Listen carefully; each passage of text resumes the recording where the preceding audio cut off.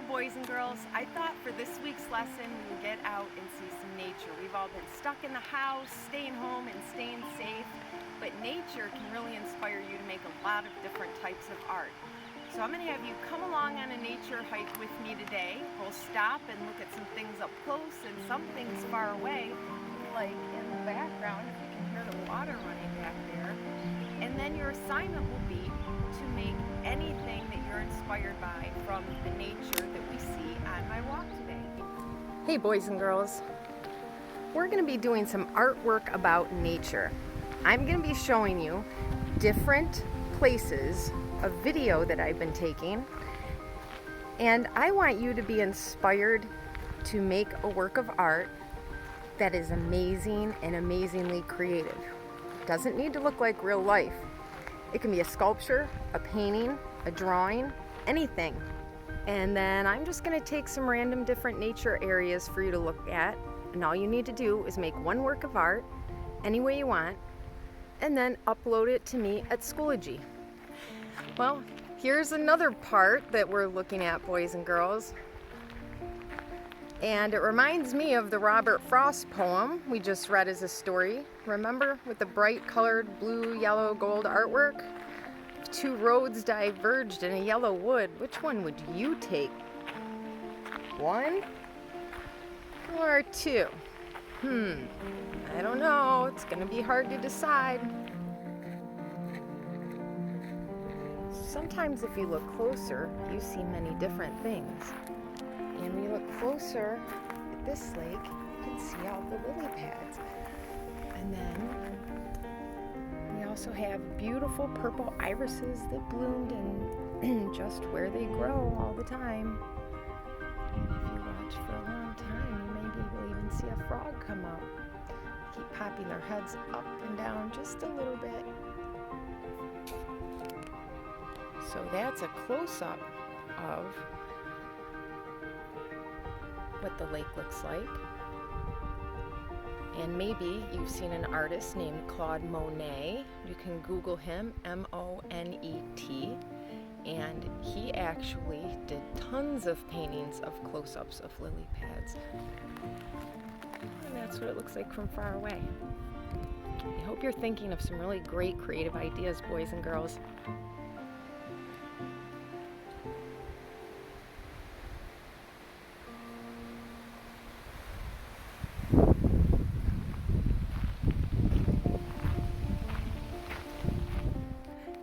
Here's another part, boys and girls, with this giant rock, which is called a glacial erratic. Do you know what that means? I think you might have to Google it, but it's a pretty cool rock.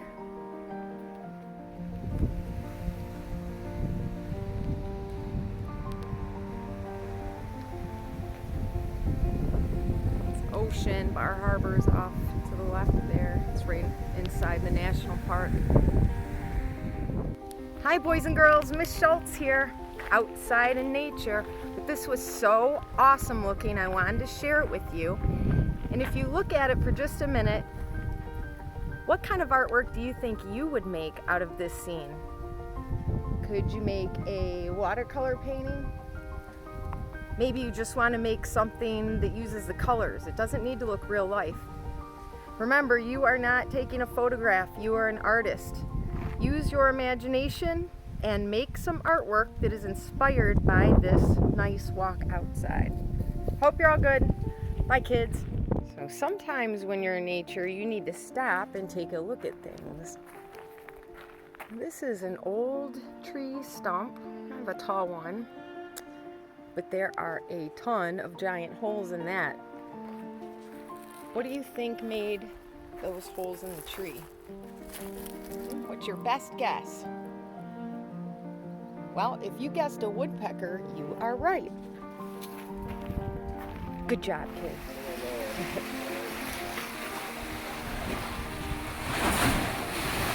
Thunderhole.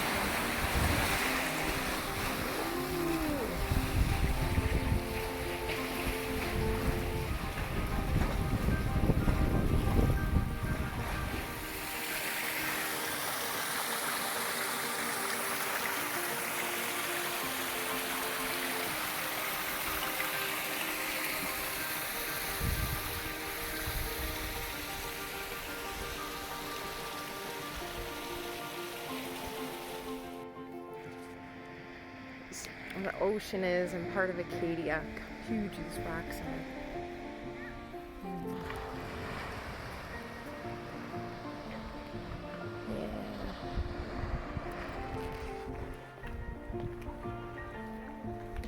Crazy here. So crazy.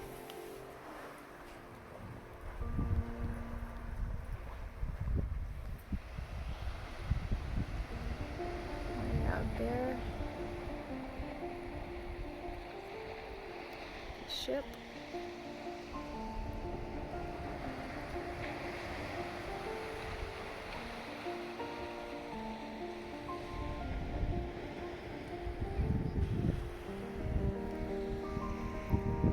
It's pretty amazing.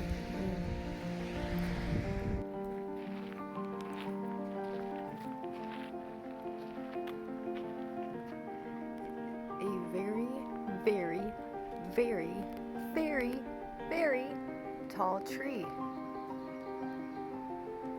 Looking at nature helps us think of ideas for all kinds of art, boys and girls.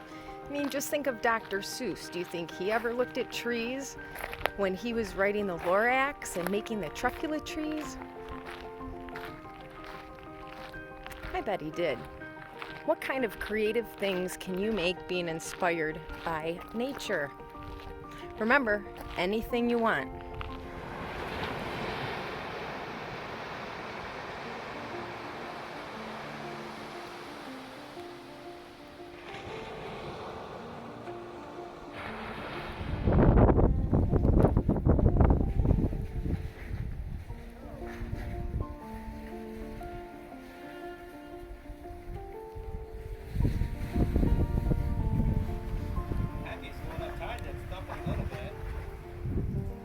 Yeah, a little bit.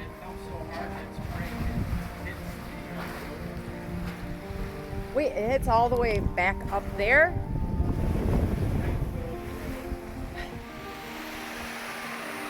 That's amazing. There's Tammy. This side.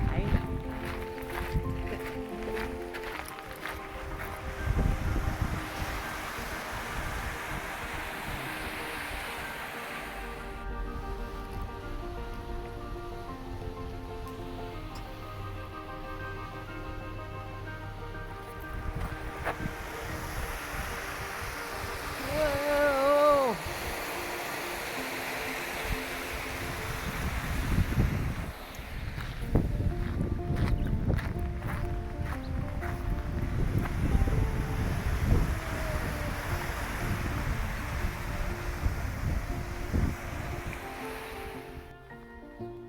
Logs, making a dam.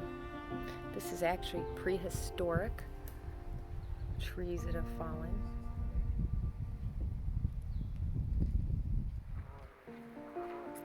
Listen.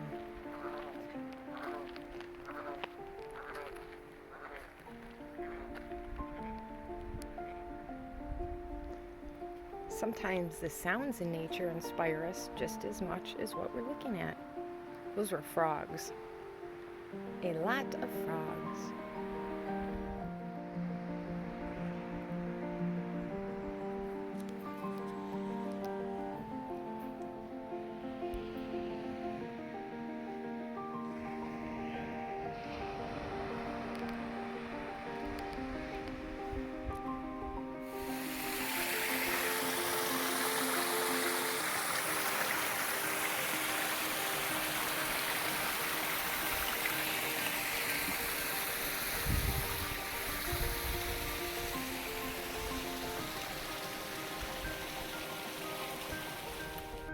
And here we are farther down the nature walk at a lake.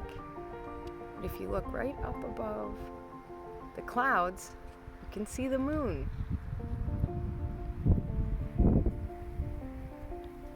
Maybe the moon can be a part of your artwork.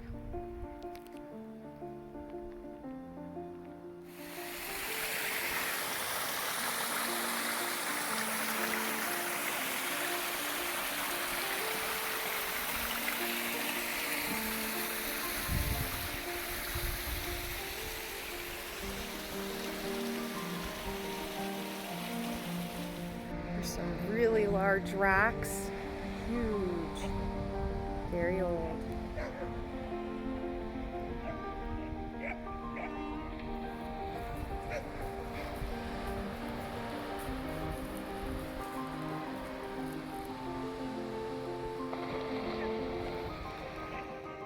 And here, boys and girls, you can look at this area of the woods just for composition. Remember, composition is where things are placed in your artwork. And we have things like foreground, middle ground, and background.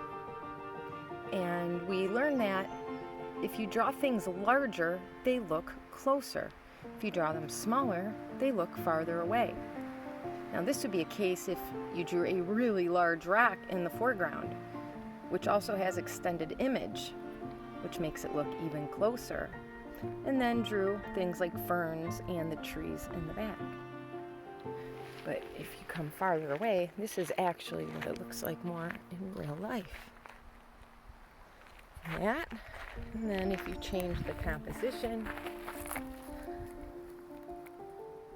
that's putting a plant in front. This is putting the rock in front. And this would be putting everything more in the middle. Just a different way to look at nature. Here's another part, boys and girls. This giant rock, which is called a glacial erratic. Do you know what that means? I think you might have to Google it, but it's a pretty cool rock. It's amazing. There's Tammy.